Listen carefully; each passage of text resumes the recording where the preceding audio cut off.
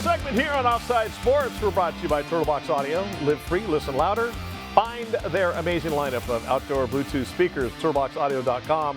As always, a big thank you to Paul Teran, everybody at 84 Lumber down in Otay Mesa, California. They supplied us with the building materials for our brand new set. Reach out to Paul for all your building questions and needs. Paul.Teran at 84lumber.com.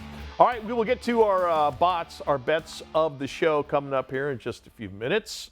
It's a good week for some of us. Not for others. Still in first place. Whatever. But it's now time to hear what some of the big stories of the week are in professional sports. It's the gist of the show, presented by Synergy Med Spa San Diego. 2 locations to serve you. Find the spa nearest you. Just follow them on Instagram at Synergy Med Spa. Allison Ratzlaff, what are the gots? Okay, I have 2 touchdowns and a flag. Okay, sounds good. Starting with the touchdowns. All right. My first one goes to 3rd grade teacher in Miami, Mary Crippen. Mary teaches her entire class through a program that she created called NFL Elementary. Okay. Love it. Love the play on word. So she teaches math by going over all the stats from the previous week. She is a massive NFL fan. She integrates it into every subject she teaches. So freaking smart. One of the lessons she taught this year for her English and writing and grammar class was to have each student write a letter to their favorite team, telling them why they're their favorite team, not asking for anything, just telling them they're a fan and why and how that came to be. They sent these letters and they heard back from almost every NFL team. The Lions were the first and sent back boxes and boxes of gear for everybody in the class, not just the student who wrote the letter. So this lady, she has about 50,000 followers on Instagram. I love her way of teaching. She's so enthusiastic. So go follow Mary Crippen. She's amazing what she's doing for her students. She's 3rd grade teacher? 3rd grade teacher. And kind of hot. Yeah, Hope Tyreek Hill doesn't stop by. Anyway, okay. Touchdown. Dave, did you ever have a crush on one of your grade school teachers? We're gonna be in big trouble I'm telling here. you, Sister Ethel of Blessed Sacraments. Anyhow, let's go on. What's the next one now? Typical Catholic over here. Okay. My next one goes to one of the very highest rated shows for 14 consecutive years, Football Night in America. I love this show. I love Maria Taylor. I am so into Jason Garrett, who is the most stiff, nervous looking guy on television, but he has evolved. He's warmed up. They do these dances now on Instagram that are hilarious with all the hosts of the show. It's also super informative, and I love the way Maria Taylor interacts with athletes. I love the in-depth stories that Jason Garrett's doing this season with head coaches and players around the league.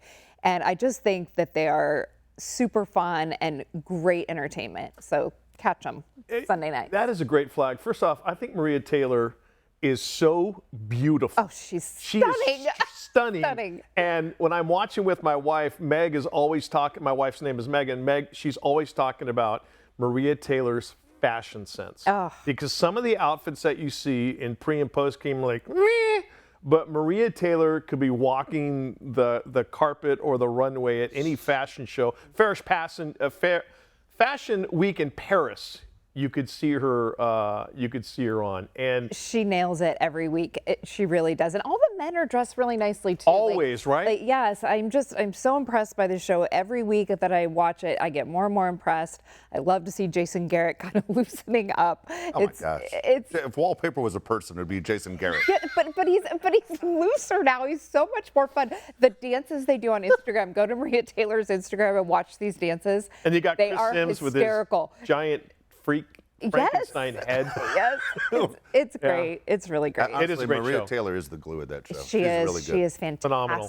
Love her. All right, so we had 2 touchdowns, and you said there's a flag. I have a flag. What's the flag about? My flag is going to go to a team who is in a new city, has a new stadium, a new coach, a new GM. Yeah. And yet they're the same old team. My flag goes to the Las Vegas Raiders. All right, that'll do it for Offside Sports. I want to thank our sponsors, Turtle Box Audio. I'm sorry. I know they're your team and you love them, and I appreciate the fans that never give up on the Raiders. I have such appreciation for that. However, those of you who'd like to audition to be a co-host here on Offside Sports, just hit me up. Do they go ahead. Never improve?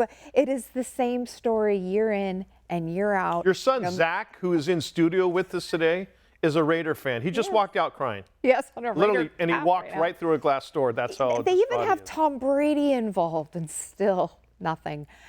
Pete Carroll's son is the offensive line coach. Ducks Dynasty. The fans are really calling for his firing. Yeah. So what do you think, Mike? Like, seriously, what is wrong? It's right now they're getting the Geno Smith of the New York Jets, not the Seattle Seahawks, Geno Smith. And the offensive line, I was talking about your son. You drafted Ashton Genty #1 for a reason. That's to run the ball. And the offensive line is absolutely dog-ass right now. And Brandon Carroll, who's Pete Carroll's son, who literally has this Unabomber beard, is like, get him the hell out of there. Wasn't Pete Carroll a defensive coach?